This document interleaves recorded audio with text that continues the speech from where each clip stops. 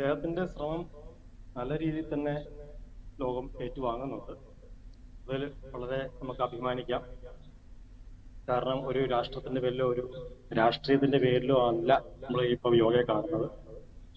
അത് നമ്മുടെ ജീവിതത്തിൽ പല രൂപത്തിൽ മാറ്റങ്ങൾ ഉണ്ടാവും.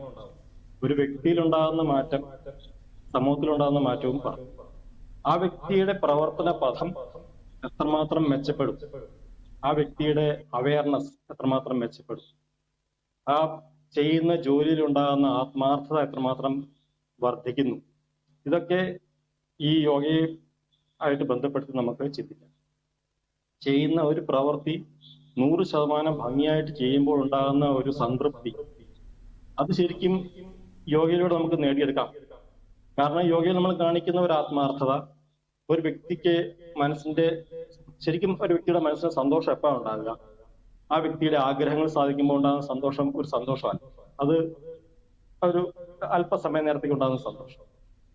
പക്ഷെ ആ ഉള്ളിൽ തോന്നുന്ന ആ ആനന്ദം, അല്ലെങ്കിൽ നമ്മൾ പറയാറുണ്ട് ബ്ലിസ് എന്ന് പറയുന്ന ഒരു അവസ്ഥ, അത് സ്വന്തം കർമ്മത്തിലൂടെ കൊണ്ടുവരാൻ പറ്റും. അതാണല്ലോ കർമ്മയോഗം എന്ന് പറയുന്നത്, അല്ലേ? ചെയ്യുന്ന കർമ്മത്തിന്റെ ഫലം നമ്മൾ ഇച്ഛിക്കാതെ ആത്മാർത്ഥമായിട്ട് 100% അവിടെ സമർപ്പിക്കുക.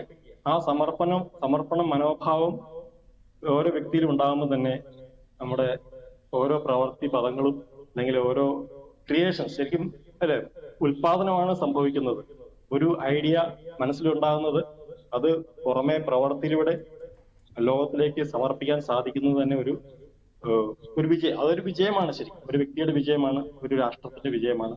അതിൽ നമുക്ക് യോഗയുടെ ഒരു മാർഗം സ്വീകരിച്ച് എല്ലാ പുതിയ തലമുറയ്ക്ക് നമുക്ക് കൊടുക്കാൻ പറ്റുന്ന, പ്രദാനം ചെയ്യാൻ പറ്റുന്ന ഒരു മാർഗമാണ്.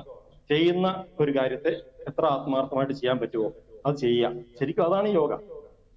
നമ്മൾ ചെയ്യുന്ന ഒരു കാര്യം എത്രമാത്രം ഭംഗിയായിട്ട് ചെയ്യാൻ പറ്റുന്നോ അത് ചെയ്യുക, അതിൽ നമ്മൾ സംതൃപ്തി കാണുക, അതിൽ നമുക്ക് മനസ്സിനുണ്ടാകുന്ന ഒരു സന്തോഷം, അതാണ് യോഗം.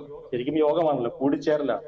എന്റെ മനസ്സും എന്റെ ആത്മാവും അല്ലെ, എന്റെ ശരീരവും എന്റെ ശ്വാസവും ഒക്കെ കൂടിച്ചേരുന്ന ഒരു അവസ്ഥ, അതാണല്ലോ യോഗ എന്ന് പറയുന്നത്, യോഗം എന്ന് പറയുന്നത്. അത് എല്ലാവരിലേക്കും ഉണ്ടാവണം. അതാണ് നമുക്ക് ലക്ഷ്യം വെക്കേണ്ടത്. ഓരോ യോഗ ദിനം ആചരിക്കുമ്പോഴും ഓരോ വ്യക്തിയിലും പൂർണ്ണത ഉണ്ടാവാൻ സാധിക്കും.